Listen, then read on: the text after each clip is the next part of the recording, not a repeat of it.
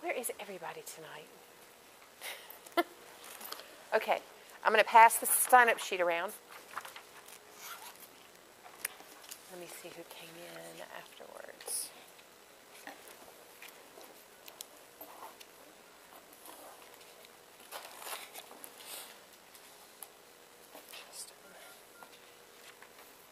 Hey. All right. Anybody else comes in, they're just not going to miss, they're just going to miss it. Just couldn't read it. Here we go. Okay. All right, guys, let's turn to Genesis chapter 4. Y'all ready? Before we get started, I want to ask you, do you feel pretty comfortable with the process of thinking, imagining, and praying as you're reading the scriptures? Do you feel like I've gone through that step by step enough so that you can do it on your own, or have you been practicing at home? God. And actually do it, yeah. Reading so fast. It does. It does take discipline. And honestly, asking the questions out loud helped me to slow down because I wanted to go so fast. I was trained to go so fast just to read and skim. You know, it's what you do in college. You can't read a whole textbook, so you go through and you skim. And so I was trained to skim. So I had to actually talk to myself out loud to make me slow down. But once you get the hang of it, it becomes like second nature. The reason I'm asking you is because we're going to pick up speed. And you're going to have to do this kind of stuff on your own so that you'll be prepared for the next class to discuss. Think you can do it? Are we there yet? Okay. All right, well, let's start off by telling me what you've learned about God's character and about what He's done and how He works in just the first 3 chapters of Genesis. And just in case you're stumped, the answers are on the board from last week. So if you can read, you got the answer already. What did we learn? He creates.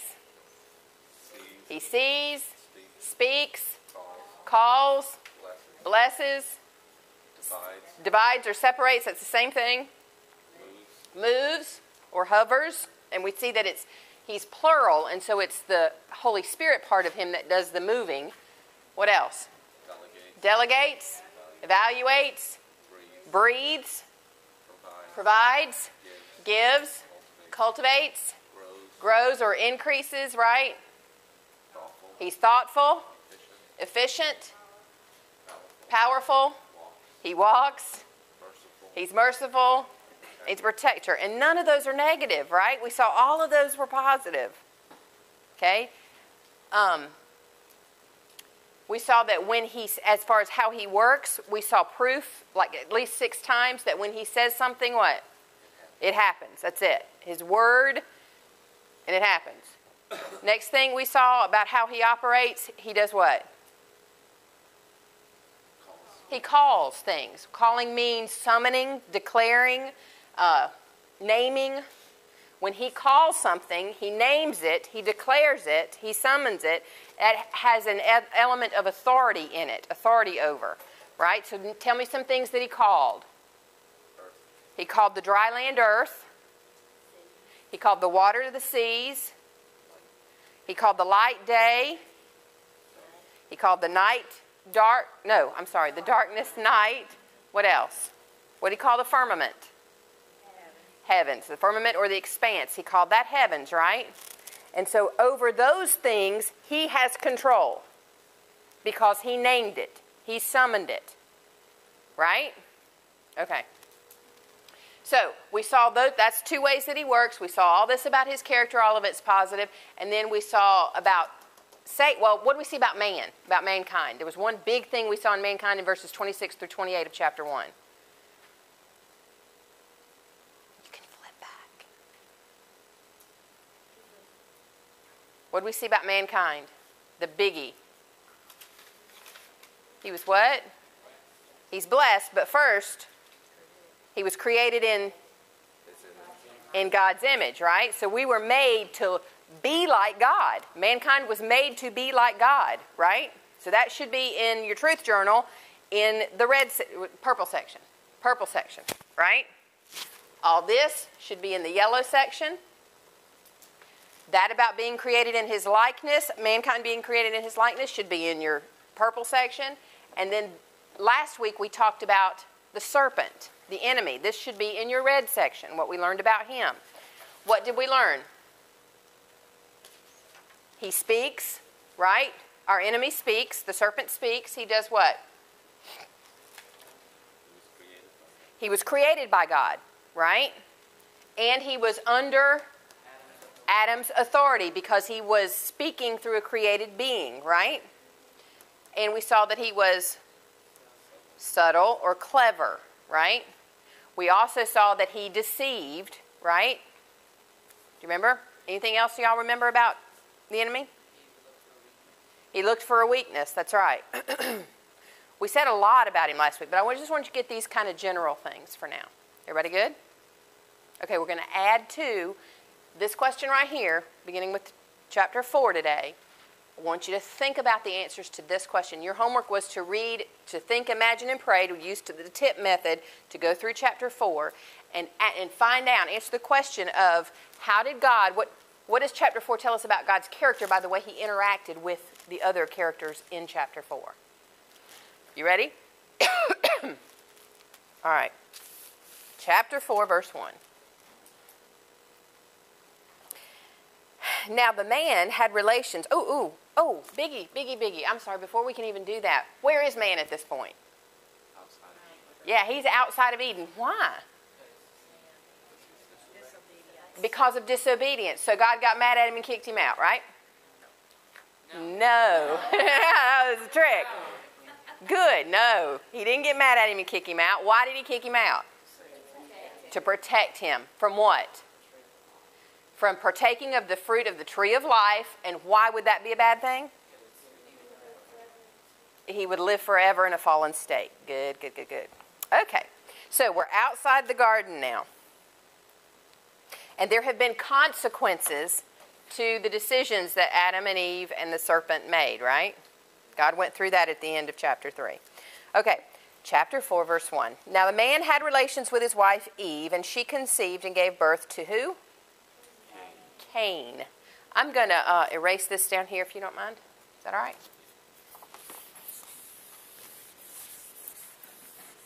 I'm going to erase these two too. But I'm going to leave this other stuff up here because we're going to add to it. So, she has Cain, right? And she said, I have gotten a man-child with the help of the Lord. And again she gave birth to his brother Abel.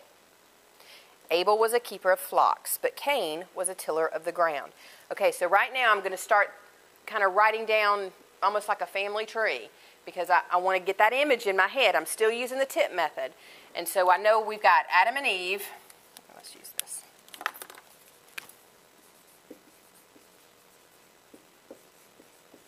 And they give birth to Cain is the firstborn, right? And Abel is the secondborn. Okay, there's some dispute about whether or not they're twins because it says they only knew each other one time. And then Cain was delivered, and then Abel was delivered. Doesn't matter. Cain was firstborn. Abel was secondborn. Okay? Verse 3. Oh, I'm sorry. Abel was a keeper of the flocks, and Cain was a tiller of the ground. So I'm going to put shepherd and farmer. Is that all right?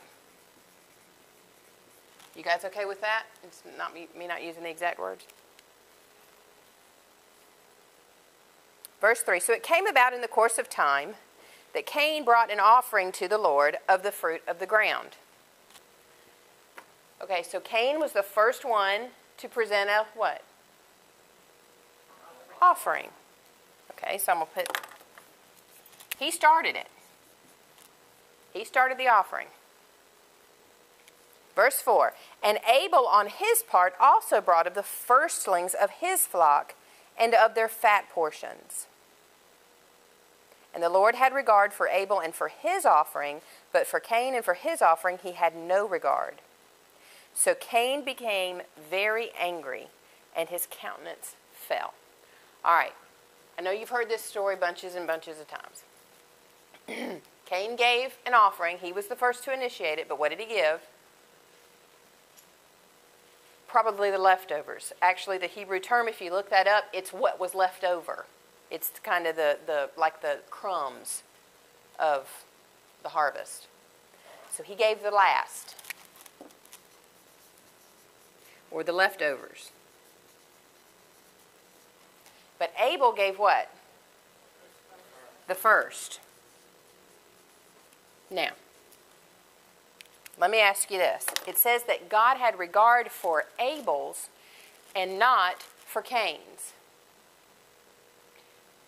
Why do you think that was? Don't give me just this answer. We already know this. We know that Cain gave the last and that Abel gave the first. But why wouldn't that please God?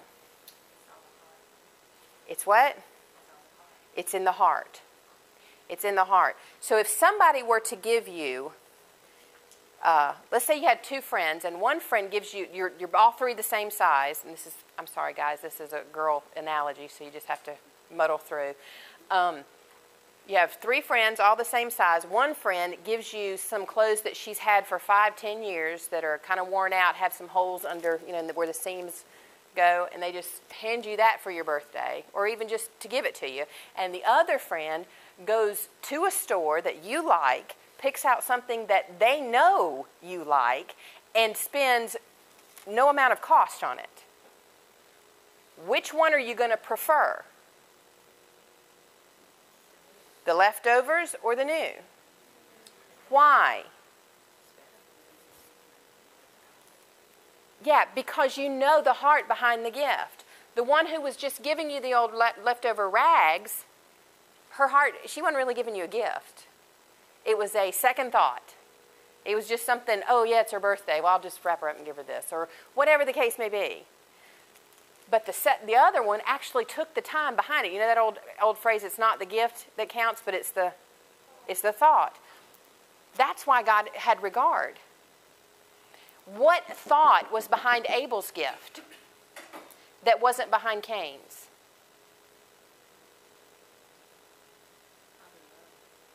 Probably love. What? Gratitude. Thought highly of him. If Abel gave the first of the flock, was there any guarantee that there would be another one? No. It was also an attitude of trust. Also an attitude of trust. Because Abel wasn't concerned about giving it all and whether or not, you see what I'm saying? He just gave what he had and trusted that there would be more later. Who was Cain concerned about? Cain, because he took the first. He took the best. He said, I want to make sure I have what I need, and then if whatever's left over, I'll give it to God. Do you see the difference? And God wants us to trust him, right? So I really want you to see the motivations behind it, the thought processes behind each person who's giving, and why God would have favor of one of the other. Does that mean he loved Abel more than Cain? No. No, it doesn't say that. It just says that the Lord had regard for this one and no regard for this one. Make sense? Y'all are awfully quiet tonight. Okay, thank you. All right, keep going. Verse 5 in the middle. So Cain became very angry, and his countenance fell. Okay, let's get this picture. We don't know how Cain found out that God had regard for Abel's and not for his. Don't know. But Cain knew. However that played out, Cain knew that God was not pleased with his offering. And so instead of going, you know what, you're right, that was a pretty suck gift. Instead of that, what did he do? He got angry. he projected, he deflected his responsibility onto his brother, right? He became jealous. Okay, let's keep going. Cain became angry, and his countenance fell. You could see it in his face. Then the Lord said to Cain, "Why are you angry? Why has your countenance fallen? What's wrong with you? Why you got a bad attitude?" Verse 7, "If you do well, will not your countenance be lifted up? And if you do not do well, sin is crouching at the door, and its desire is for you, but you must master it." My goodness. I so empathize with this. Anybody who has children, it can empathize with this. You get on one of them for doing something. Why are you upset? What's wrong? Nothing. And then you say, well, wait a minute. If you had not done this, you got to master this. You got to get over this. You got to learn to control your emotions, whatever the case may be. And they're still mad. Even though they probably know deep down it's their own fault. Right? And so that's kind of what I see here is God saying, if you do the right thing, if you trust me, won't it be well? Won't you be happy? Won't you be full of joy? If you don't do well, sin is crouching at the door. Notice this is the first time the Bible uses the word sin, by the way. Sin is crouching at the door, and its desire is for you. Does that remind anybody of 1 Peter chapter 5, where it says, the devil prowls about like a roaring lion, seeking whom he may devour? That reminds me of that verse for some reason. The enemy's just sitting there waiting on Cain. He's wanting to take advantage of this situation and destroy Cain with it. And that's what God was trying to tell him. You must master it. Verse 8. And Cain told Abel his brother. Okay, my translation, the NAS, is not real good. Does anybody else have the New Living? Do you? Yeah, verse 7. Read verses 7 and 8 for me. It says, "You will be accepted if you do what is right. But if you refuse to do what is right, then watch out. Sin is crouching at the door, eager to control you. But you must subdue it and be its master."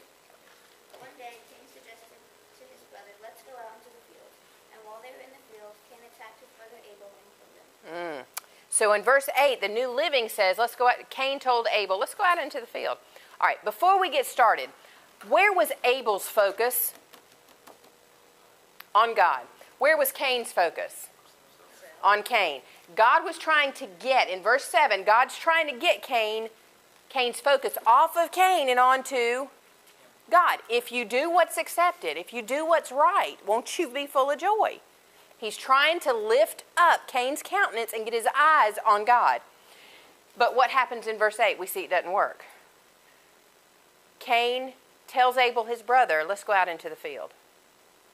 He's hatched a plan. He's thought the thought that the enemy has put in his mind, he's taken hold of it.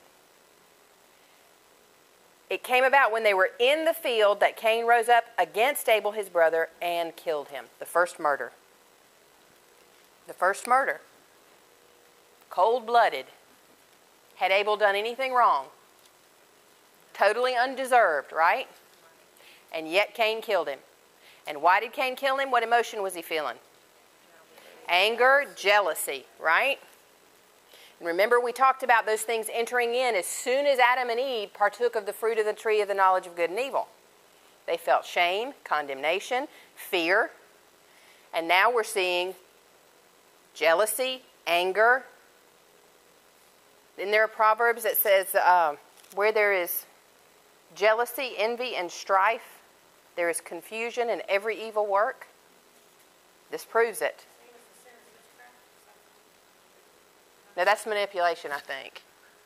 I think that's what it is. I may be wrong though, Hope.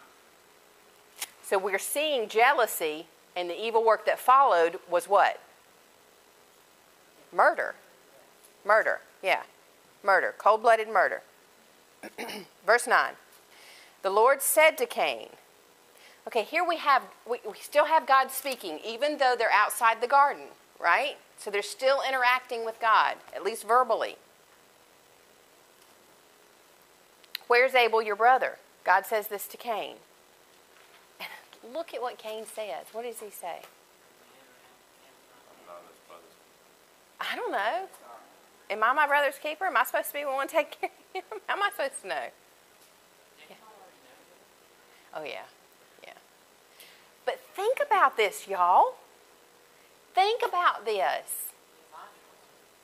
Yes, he is. He's lying directly to God.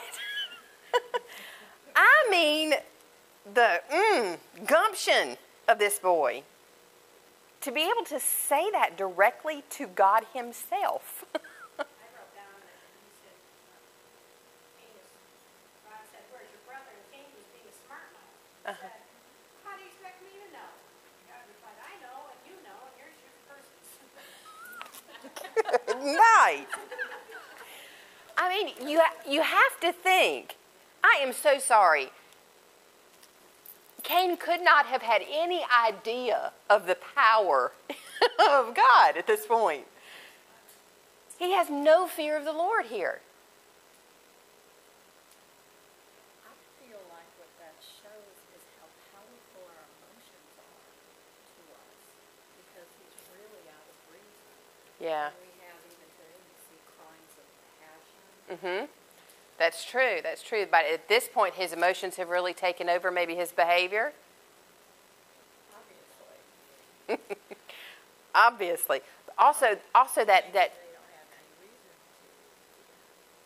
to. yeah, they haven't seen the judgment of God yet.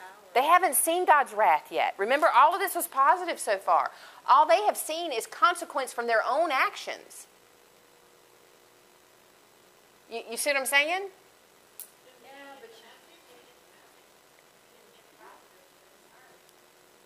No, he obviously didn't. And my other thing is, was he so familiar with God that it bred contempt? Familiarity breeds contempt. Have you ever heard that? Was he so familiar with God's goodness and totally unaware of his wrath and judgment? and is this the first time we see somebody actually die? That's true. It is, because Adam and Eve were the only ones there, and then Cain and Abel were the firstborn. So this is the first time they ever see death of a man. And Now- it's not a natural death, it is caused by another man. Right. That's a pretty powerful place to be. I mean, that's one thing that, like, sociopaths, when they kill, some of them are addicted to that, or they want to feel what Feel off of power it. is like. And again, that's that emotion that is, Right. criminally insane. Okay, I want to step outside for just a minute because we're going to look at God's character, but I want you to see Cain and Abel. I want you to see the parallels, the symbolism, because the Old Testament were symbols. Were meant to be symbols and shadows to point us to New Testament truth. So in Cain and Abel, what I want you to noodle on and think about is the possibility that Cain, the firstborn, would be somebody represented by the law. Remember we said when Adam and Eve partook of the fruit, they gained the knowledge of good and evil. They became self-aware, which is why they knew they were naked. So the focus became on self from that moment on. Before, it was not on self. They were unaware that they were naked. So this one, Cain, is ruled by the law. God is making me give him the first. Why can't I give him the last? It's the law. Do you see that? And the law brings focus on the self. Remember, the tree of the knowledge of good and evil represents the law. What's right, what's wrong. So here we have Cain, a representative of the law, a picture of somebody under the law, and what happens to them. They are very, very self-focused, and evil, sin, actually increases under the law. Okay, that's what Romans says, actually, and we're going to get to that a little bit further in the class. Abel represents Christ, the one under grace. His heart is just to please God from the get-go. He trusts God. He's the one that understands all of these good points about God. And he did nothing wrong, and yet he was murdered. Okay, I want you to think about that because New Testament writers bring this up. And so now if you have thought about it, when you read it in the New Testament epistles, your brain will go back to, oh, hey, I remember us talking about that. Okay? Okay, so let's pick up now in verse 10. And let's look at God and what he did and what we can learn about him because of what he did and said. Verse 10, God said, "What have you done? The voice of your brother's blood is crying to me from the ground." Listen to that, y'all. The voice of your brother's blood. The blood is speaking. The blood is speaking. The blood of Abel is speaking to God through the ground. The blood was spilled out on the field. We're going to see in a few more chapters that God tells us the life of a being is in the blood. That's why the Jews could not eat an animal with blood in it. They had to drain the animal of its blood before they could eat it because the life was in the blood. That's what made the sacrifices acceptable to God. When you get into the law and the sacrifices they had to make, the Old Covenant, the Old Testament, remember the bulls and the rams? That's what made them acceptable, was the life in the blood of those animals was spilled in the place of the person's blood for whom it was spilled. Make sense? That's why Christ's blood is so important in the New Covenant. When we partake of his blood, we are partaking of his life, the life that was in his blood. It's why Jesus said in John chapter 6, "If you do not eat of my flesh and drink of my blood, you have no part in me." Because his flesh represented his word. You have to partake of the word. That's who he is, right? And you have to partake of the blood, which is where his life is. The spirit. The life is in his blood.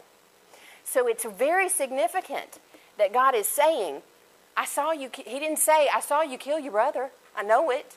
What's he saying? He's saying the life of your brother is crying out to me from the ground. It's supposed to be in his body, and yet it's in the ground. Now, this is important, too, because what was Cain's...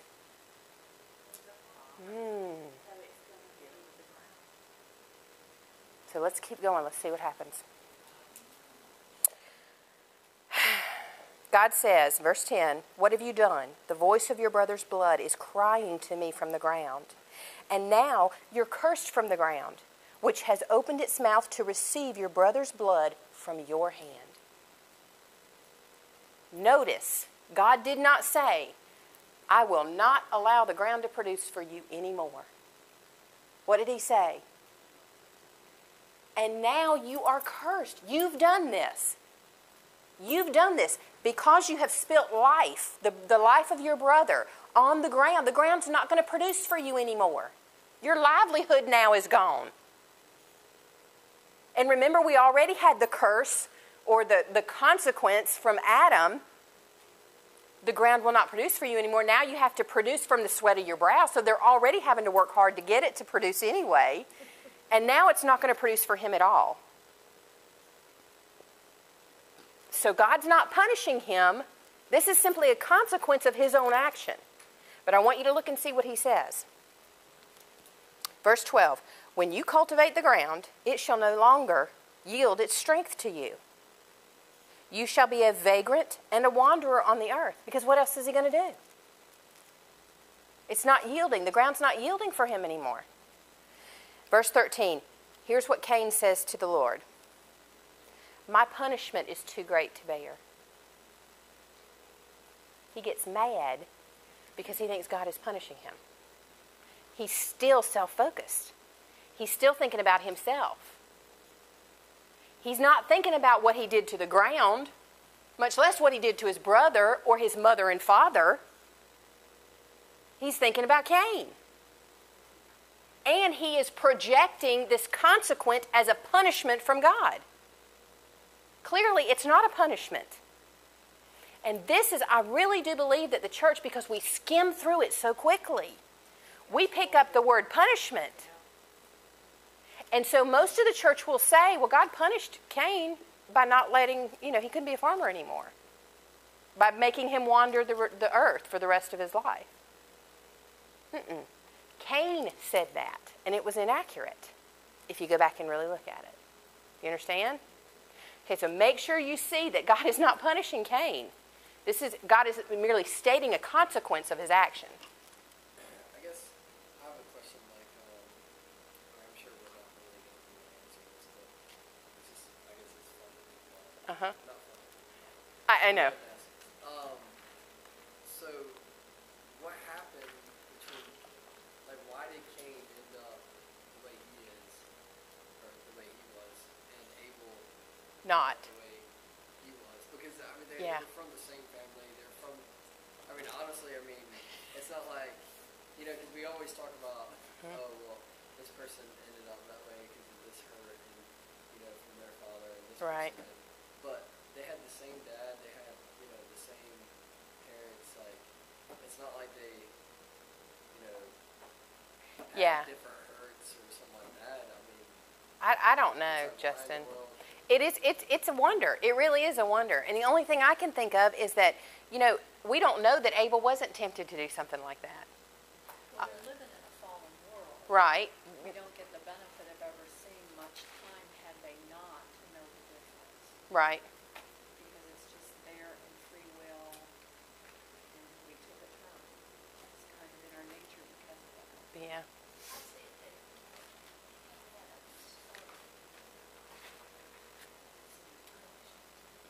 I'm sorry. Yeah, he did. A loving father. You're right.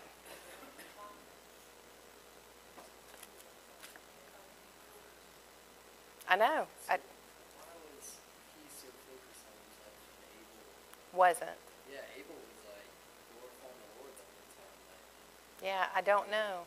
That to me kind of visually, I imagine like David when he was a boy. Mhm. With the sheep. He just sang to the Lord. Yeah. And The disposition. I was going to say the disposition, but again, then you can always go back to, well, doesn't God create everybody? He knows you from your mother's womb. He knows you, before time began. Why would he allow this?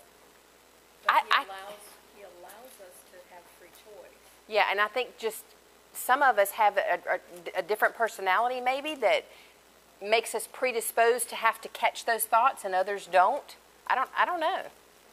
I don't know, Justin. I really don't.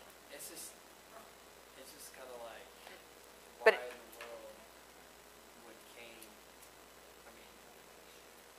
how did Abel become himself? I know. If you, like all of us gathered here, if we witnessed a crime and they interviewed all of us, there would be subtle differences of what we Right, saw and perspectives. what we would report. Well, that still goes on now.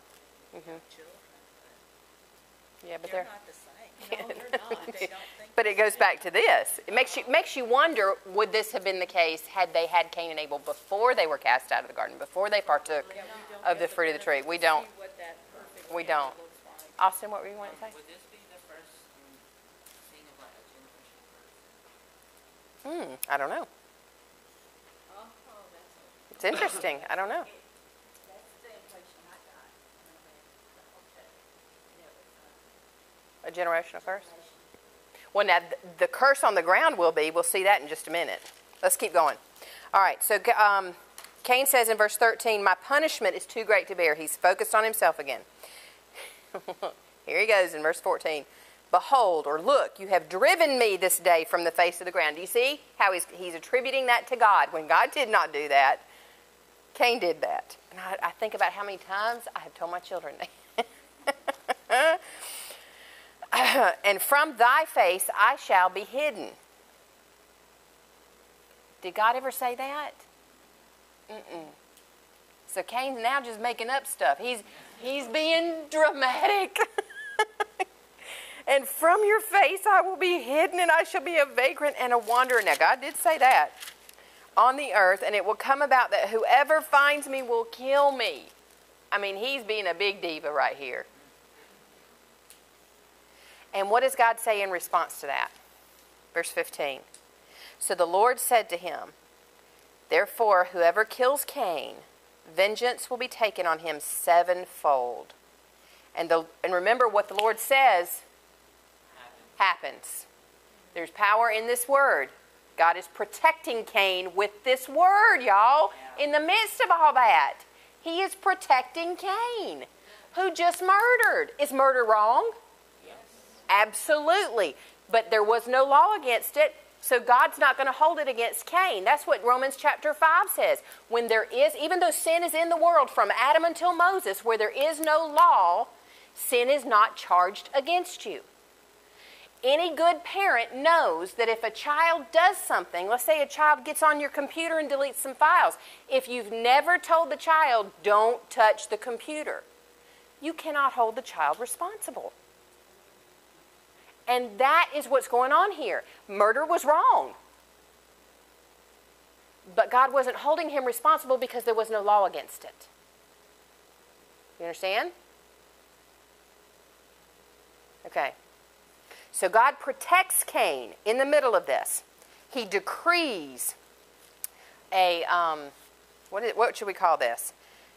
He makes a decree that if anybody kills Cain, vengeance will be taken on him sevenfold. And then the Lord appointed a sign for Cain so that anyone finding him wouldn't slay him. So now not only is he protecting Cain, but he's protecting anybody who comes near Cain. What's interesting to me is, and I didn't really want to get into this, is how do the other people know? Exactly. You know, what was that mark? And how would they know it if they saw it, if they didn't hear this decree? So anyway, all right. So that's what I want you to see. I want you to see what God did in the midst of this. He's still nothing negative, right? Cain was having an issue. He had an attitude problem. God tried to help him make the adjustment patiently by telling him the truth. Cain refused and then murdered his brother. And then God said, look what you've done.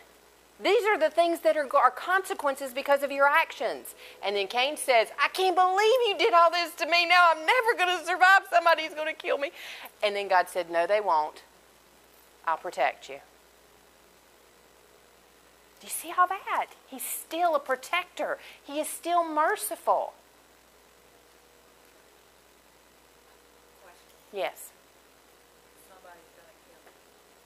There's nobody else out there. So far. So far. Yeah, that's true. Drama, drama, drama. Yes. Okay, so look at verse 16. Then Cain went out from the presence of the Lord. Now, what had Cain said a few verses earlier? About the Lord's face in verse 14? From thy face. Verse 14. Yeah. That he's going to be driven away from God. And then look at verse 16. Who chooses to leave God's presence? Cain. Cain. Cain went out from the presence of the Lord, settled in the land of Nod, east of Eden. All right, I'm going to go through this rest of this quickly because I want you to see what happens to his great-great-great-grandson. Then Cain went out from the presence of the Lord and settled in the land of Nod, east of Eden.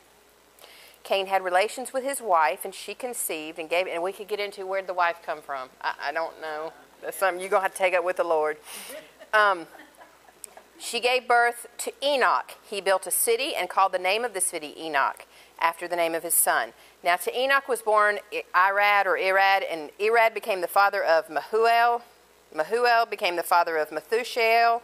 Methushael became the father of Lamech. And Lamech took to himself two wives. The name of the one was Ada, and the name of the other Zillah. Ada gave birth to Jabal. He was the father of those who dwell in tents and what? Have livestock. Okay, we're getting livelihoods here. So let's pay attention. Let's see if any of them are farmers. Find out if that curse is generational. His brother's name was Jubal. He was the father... Jubal. I'm sorry, y'all. Andy Griffith's coming to me. His brother's name was Jubal. He was the father of all those who play the lyre and the pipe. As for Zillah, okay, so he's got a musical one, and he's got one who's like Abel, who lives in tents and does the livestock. As for Zillah, she also gave birth to Tubal-Cain, the forger of all implements of bronze and iron. So he was a silversmith or whatever, ironsmith. The sister of Tubal-Cain was Naamah. All right, verse 23. Lamech said to his wives, Adah and Zillah, listen to my voice, you wives of Lamech. Give heed to my speech. I can hear him if they're talking. I have killed a man for wounding me, and a boy for striking me. So here's another murder. No, it was one murder. We had the murder of Abel in the beginning, and now Lamech, the great-great-great-grandson, is doing the same deeds that his great-great-great-grandfather did. But this time, listen to what it is. I have killed a man. Why? Not just in cold blood like his great-great-grandfather, for wounding me. So he's feeling justified. If Cain is avenged sevenfold, if God protected Cain, then Lamech should be avenged 77-fold. So now we see them starting to compare their behaviors with one another. And the New Testament epistle says this is not wise. To compare yourself to somebody else is not wise. So he is feeling justified. This murder is justified in Lamech's eyes because the man did something to him. So now he's feeling prideful, self-righteous. Do you see the law coming out? I'm justified. He hurt me. My great-great-great-grandfather did it in cold blood. And if God protected him, God's going to protect me because I was justified. I had a right to do this. This man hurt me. Do you hear it?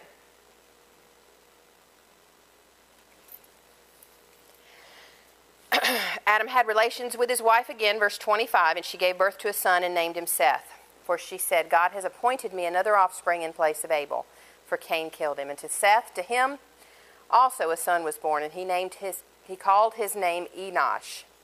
Then men began to call, notice that, call, declares, summons the name of the Lord. A lot of people believe that this is the introduction of corporate worship, where they gather together and they worship together. So, God's character. Have you learned anything in chapter 4? You saw him as merciful and a protector again, right? Which covenant are we seeing God interact with the people? Is he basing his interaction with people on the law or on grace? On grace. Now, we're seeing some of them voluntarily make themselves self-righteous, but the law hasn't been introduced yet, so God can't hold it against them, or he won't hold it against them, because he's a just God. Understand? So we're seeing his justice here. Any judge, well, no, that's not true. I can't say that because they're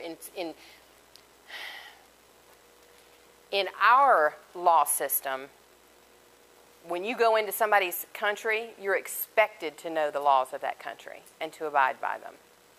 But this is not the way God worked. If there was not a law, then you're not charged with an infraction of it, even though it's still wrong, right? Okay. All right. Any questions so far? Here's the main point I want you to get out of this, is we are seeing God interact with the people through grace, even in the Old Testament. Grace is present in the Old Testament. Many denominational Christians will tell you that, no, the Old Testament is all law. But it's not. If you really look at the Scriptures, you'll see it's not.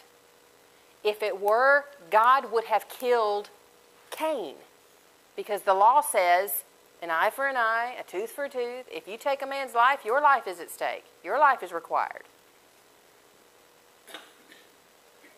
So it's not. I want you to see its grace. So the question then from here on out is going to be, when do we see it switch and why?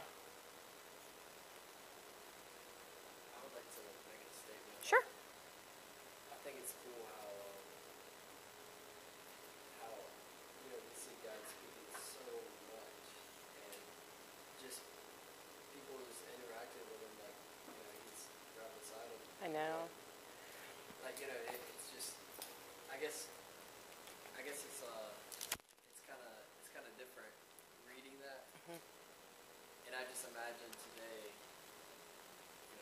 what's it like to read someone who, something like this, of course I know it's not, this is the standard that we live off of, but I can just imagine, like, how much God is speaking right now. Like, That we don't how much hear? He's calling, like, what, because he was calling so much back then, Mm-hmm. and naming and whatever else he does, and I wonder how much he's doing it right now. And that- as we're just sitting here. Like, Right, that we're totally missing. and, like, I would like to see, and I guess there is stuff that's written. I guess it is happening. I don't know. I guess it's Well, really cool. and this is not exactly what you're saying, but this is kind of leading up to it. How many times do we miss the little subtle things that God says to us throughout the day?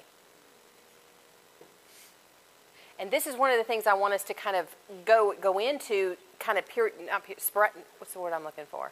Continually through the class, is I want you to start hearing his voice and seeing the different subtle ways that he speaks. For instance, I'm going to give you one that happened to me the other day that just, oh my gosh, it was so subtle, and yet it just brought tears to my eyes. And not only that, but for days now, I have just thought about that moment. And it just warms my heart every time I think about it. I was working out. The Lord had told me I needed to start working out, and so I started working out. But I was at the gym, and it was very hot after I had done my cardio part, and so I was sweating like crazy. And it was cool outside, so I stepped outside, and I saw there was a big hedge right beside the gym, and there was a fern mixed in with all of the big hedges. But it was a beautiful fern. So I walked over there, and I was looking at it, just the intricacies of the ferns, and had the little tiny leaves that go off on the sides, because it was a huge fern. When I say huge, I mean the petal I was looking at was this long.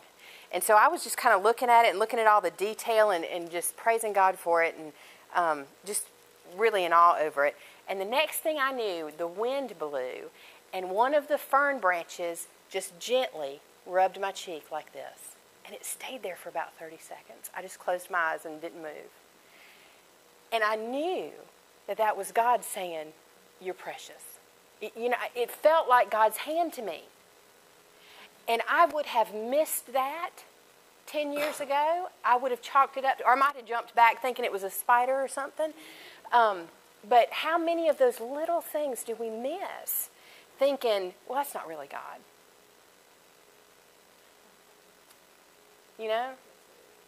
I know. Oh, I know it now. But there's a time in my life when I would have not recognized that as God. And one of the goals of this class is for you to be able to recognize those little tiny things as God's hand and as God's voice. What gets in the way is we have so much busy, and I'm being aware anymore of a lot of, I do, I'm around television and things like that in my environment, just the pollution of the steady stream of our culture that's rude and forceful and loud. I know. And God won't compete with that, and it's like layer upon layer upon layer to get that out of the way. Of gunk, To be able muck. to get to where you were. Yeah, it is. It's gunk and muck.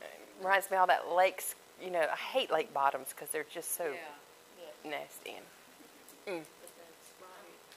When you were talking about like the law, would we?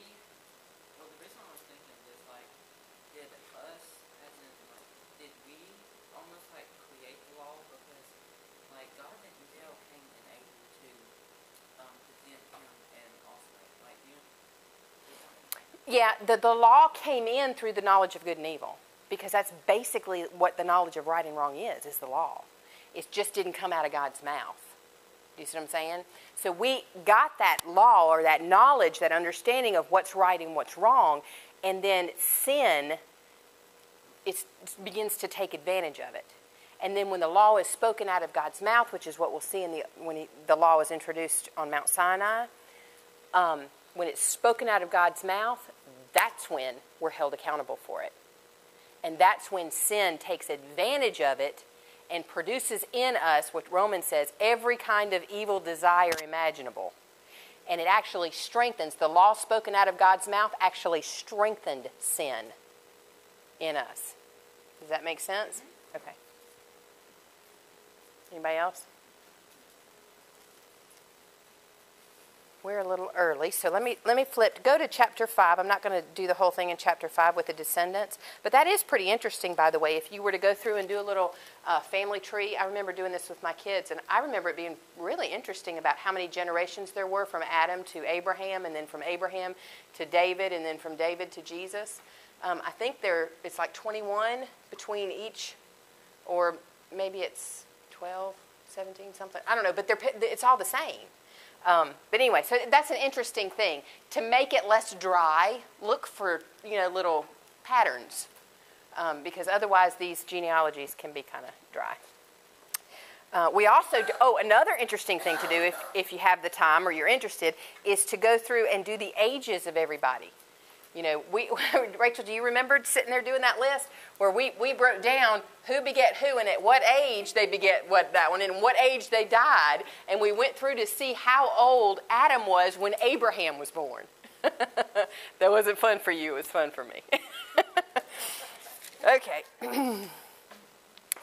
Then look at chapter 5, verse 22.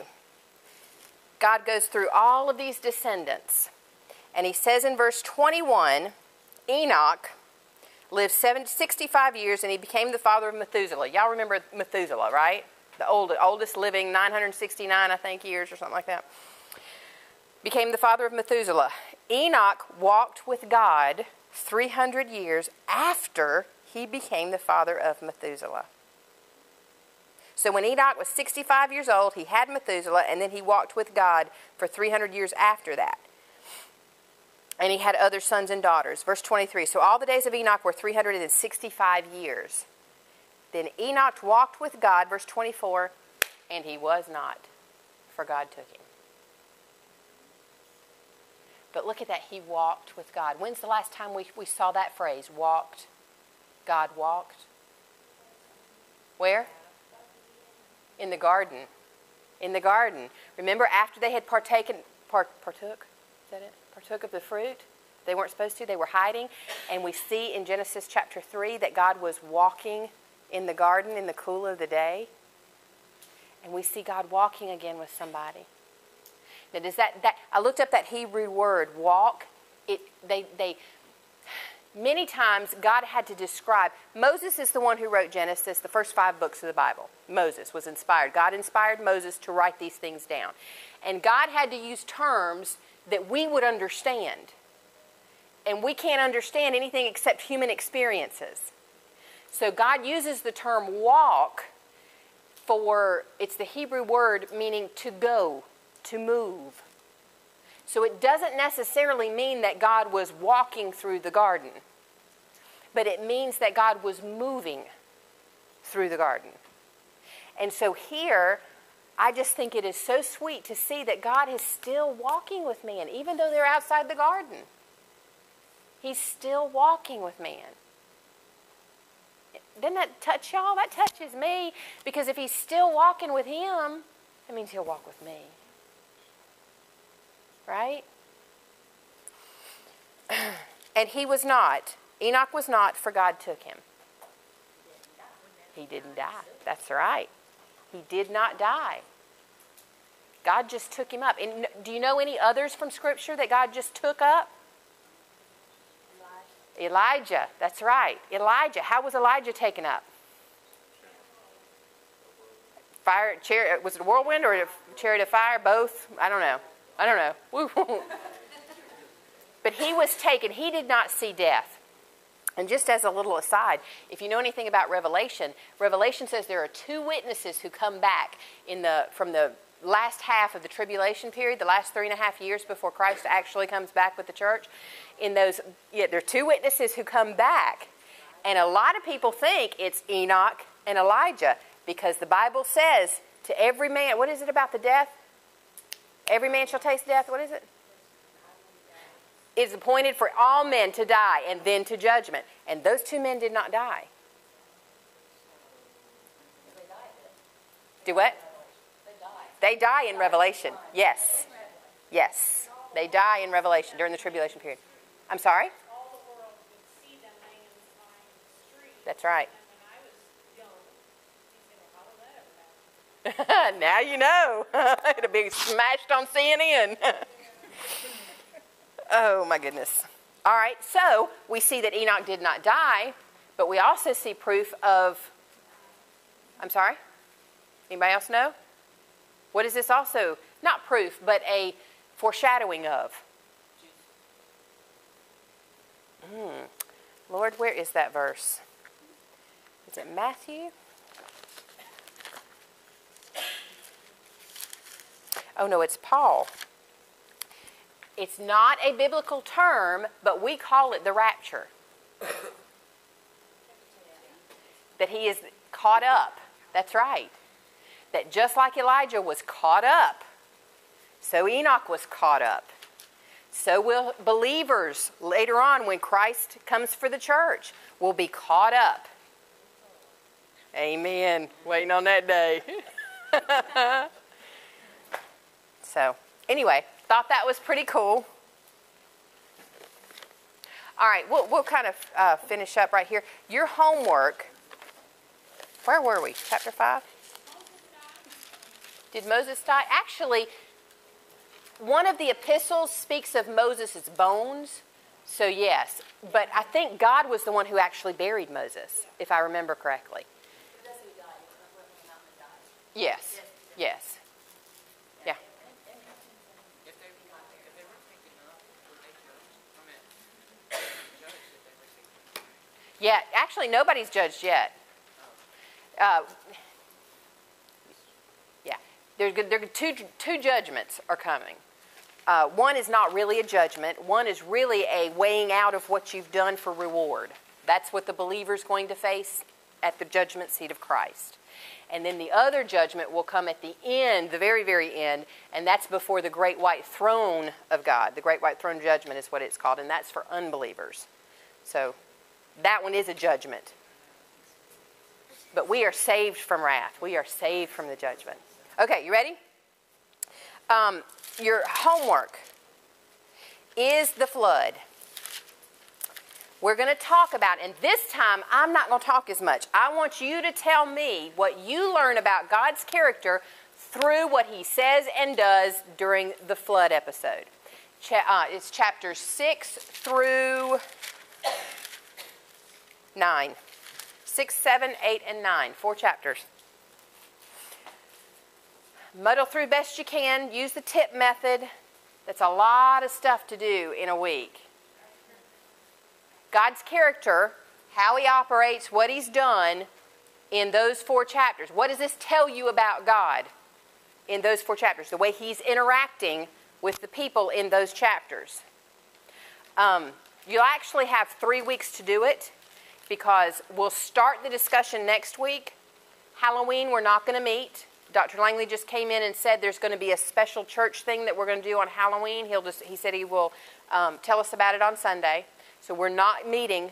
There's going to be no activities here at the church on Halloween night. So we have 1 class. Next week we'll start the flood scenario. And then the week after Halloween, which is the day after Election Day, the 7th, November 7th, we'll pick it up again. And we'll try to finish it in those 2. Amen. Okay, so you really have 3 weeks to work on it. But that doesn't mean you can start next week or 2 weeks from now. I mean, you have to start now. Okay. Anybody have any questions? All right. Thank y'all for coming. It blesses me so much to be able to stand here because, honestly, it's helping me to go through all this stuff again, too. Keeps it fresh. Yes, we still have that every Sunday at our house at 4 o'clock. He said we got home the other day. He said, I appreciate you calling it our house. And I said, I'm sorry. I'm just not used to him being in the classroom with me. He's usually not. He's usually with Noah. So anyway, our house. 4 o'clock on Sundays. We will not meet, though, the Sunday before Halloween because of the Fall Festival. We're going to be helping at the Fall Festival that Sunday. Okay? All right. Y'all have a fabulous week. I need somebody to close in prayer for me. Thank you, Hope.